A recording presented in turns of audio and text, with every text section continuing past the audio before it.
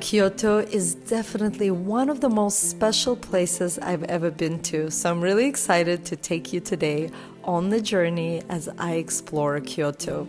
We took a bullet train from Tokyo to Kyoto, which took about 2 hours 15 minutes, and on the way to Kyoto you see beautiful and magnificent Mount Fuji. We just arrived in Kyoto. Hi, I want to show you the room before we mess it up. It's so cozy and beautiful. I'm gonna film too. And I love that they have these little things here. So cute. I'm gonna try this. Oh, I just arrived when you arrive in a room and there's snacks already. And this is the view outside.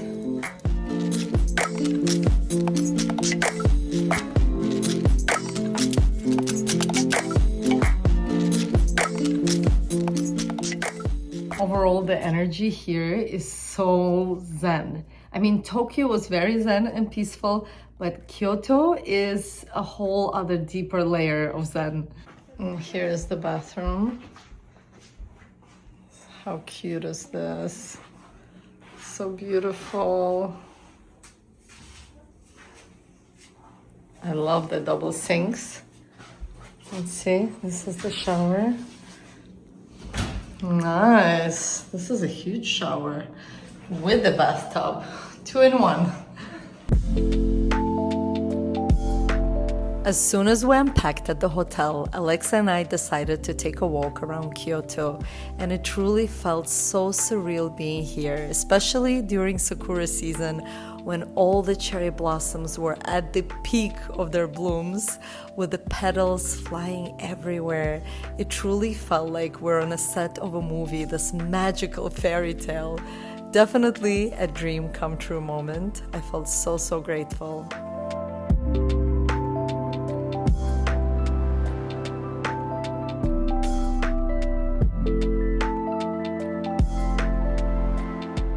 Also, Kyoto is home to hundreds of Shinto shrines, which are places of worship, and you will see them all around town as you're walking, and it's so fun exploring them. I'm all about good fortune. Alexa bowing.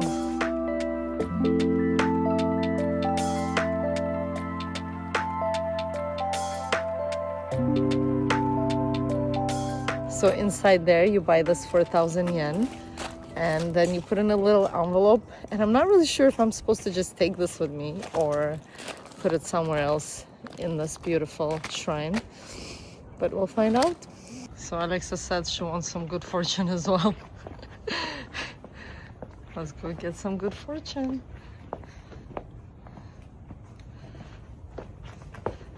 So there's a spot there where you put the money.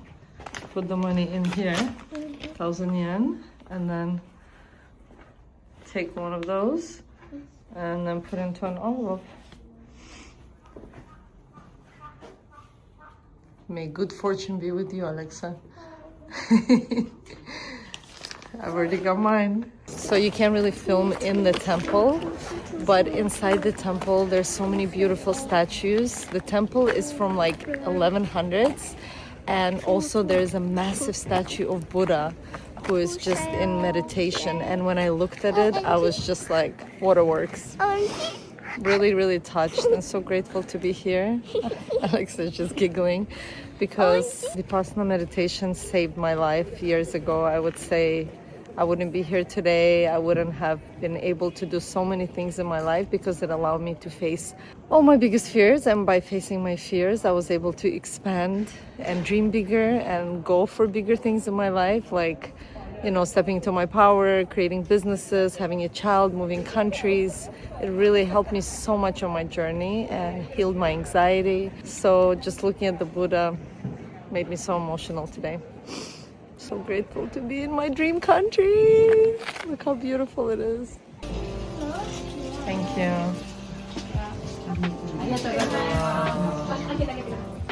So cool, all these teas.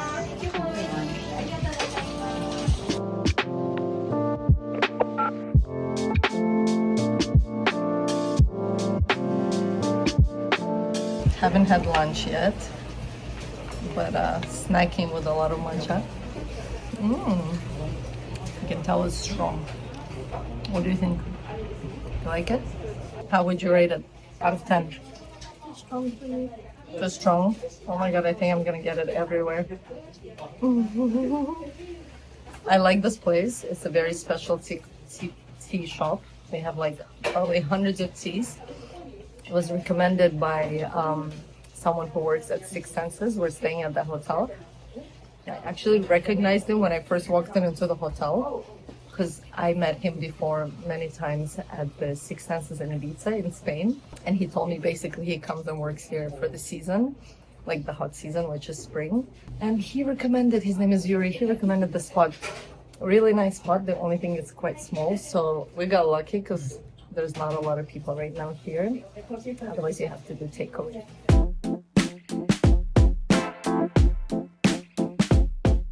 As we walked through different Shinto shrines in Kyoto, I kept noticing statues of wild boars everywhere. So I had to do a little research, and apparently they have a lot of symbolism. So they represent good fortune, protection from misfortune, courage, fertility, and so much more. Also, I noticed there were so many messages left by the tourists, and I probably stood there for like half an hour reading them.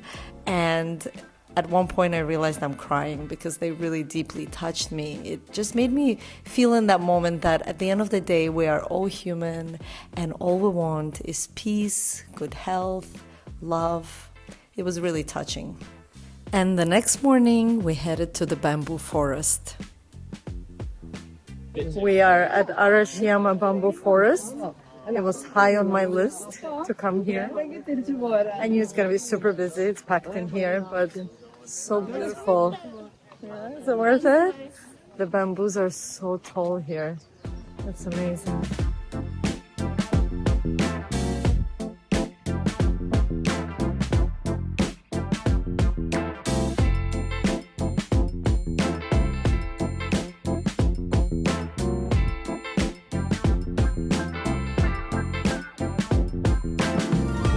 There's this beautiful cafe where you pay to get in. And then there's a station here with all these teas from hojicha to matcha to genmai chai, where you get hot or cold and just get your tea. Enjoy the peaceful view. Oh, this is my idea of heaven.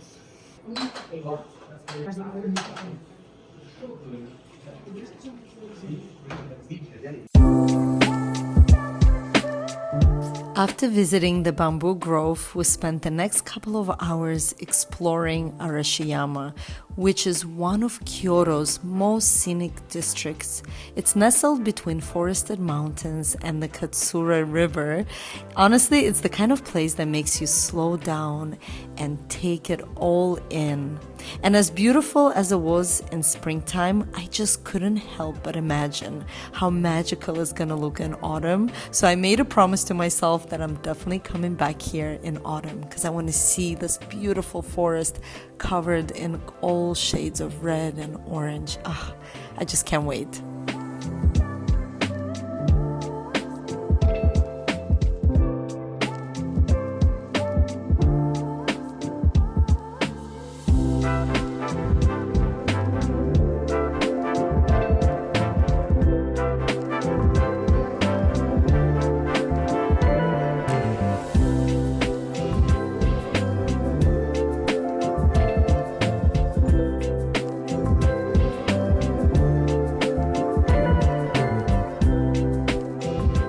So waited like 10 minutes in the queue to order a matcha at this famous matcha place. Honestly, I haven't had a matcha yet that like stole my heart. The one at Six Senses for breakfast is good, but it's not amazing. So hopefully this one will do.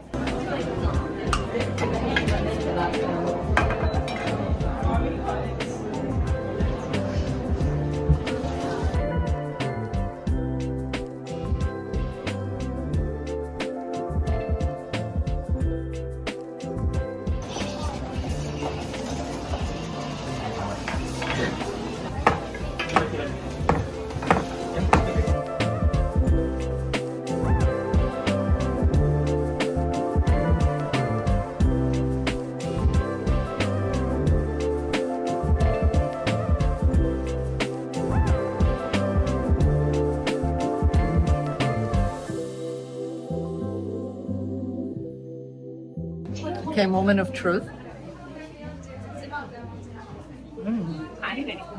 It's a good matcha. Not sure if it's the best one I've had, but I asked for it not to be too strong. Otherwise, there's an option for it to be like really rich. I think this one is perfect. Good. I would say 9 out of 10.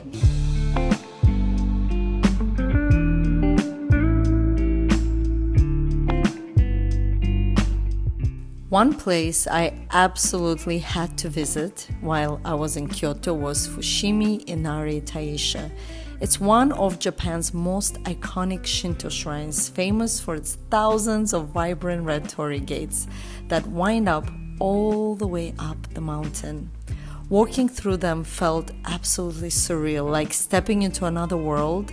It's one of those places you've seen probably hundreds of times online, but somehow it's even more magical in real life. I'm so glad I did it.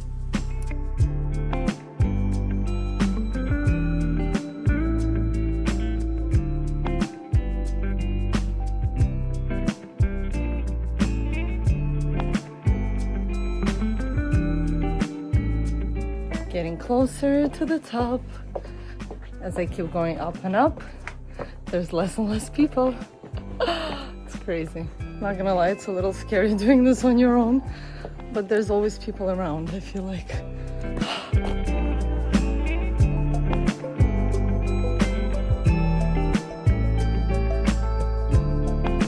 All right, I know I'm going in the right direction now, and just wanted to let you guys know that this beautiful shrine is dedicated to the deity of abundance, success, and therefore as you pass through thousands of gates, it's like you pass through gratitude of all these people who came here to honor all their wishes and desires that came true. Before you enter, you're supposed to nod twice, like bow twice, then clap your hands twice, then bow again and make a wish. And then go to the top, to the mountain Inari. And as you can see, as you get higher and higher, there's definitely less and less people. I understand some are elderly, some just don't know how long it's gonna take. The sign said 40 minutes, but to be honest, it feels a bit longer, maybe because I'm doing it for the first time, but it's beautiful. And I mean, look at how steep it gets. No wonder people drop off. It is steep. These are the moments when I feel really grateful that I work out, because otherwise it would be hard.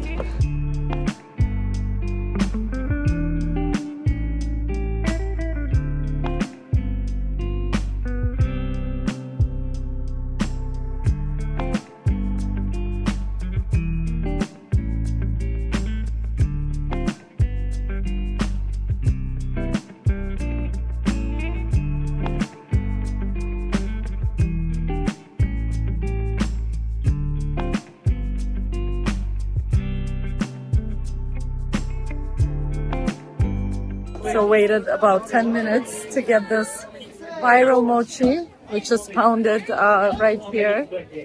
You will see how they make it.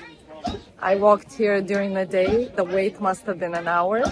And I'm so glad I walked by here again. And I waited maybe 7-8 minutes.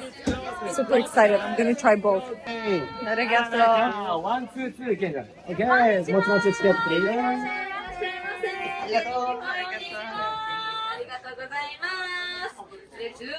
はいよー、それでは参りましょう。お願いします。せーの、よし、はい。よし、はい。よし、はい。よし、はい。よし、はい。よし、はい。よし、はい。よし、オッケーです。ありがとうございます。ありがとうございます。Thank you. ありがとうございます。3、2、1、もちもち。 And they're closing right now. I feel like I won a lottery. Okay, let's go and have this mochi and see what the hype is all about. I'm gonna find some somewhere to sit and enjoy my mochi. And look at this incredible sunset happening behind me as I'm about to have. First, I'm gonna try the matcha mochi. Mmm. Mmm. Mmm. It's super fresh. You know what they say about mochi is that you have to be so careful when you chew it because it's a choking hazard. Mm. Oh my god, the strawberry on top is like the sweetest strawberry I've ever had. Mmm. It is pretty amazing, I do have to say. It's super fresh. The paste, the matcha paste inside, it's not too sweet. Wow. Okay, now let's try the chocolate one. Mmm. Mmm. Wow. Okay, this one is like 10 out of 10. The other one I would say is like 9 out of 10. Wow. Mmm.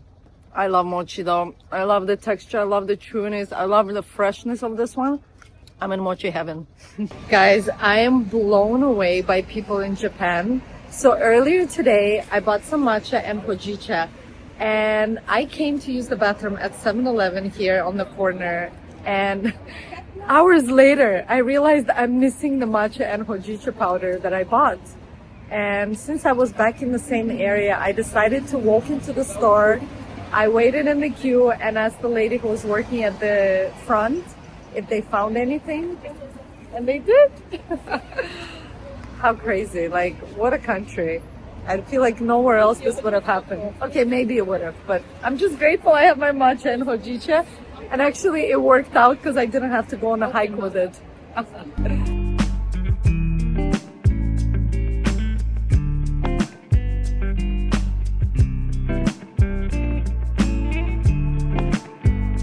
Here with my foodie friends. So nice to have different videos, always the best places in Japan. I like it. Enjoy.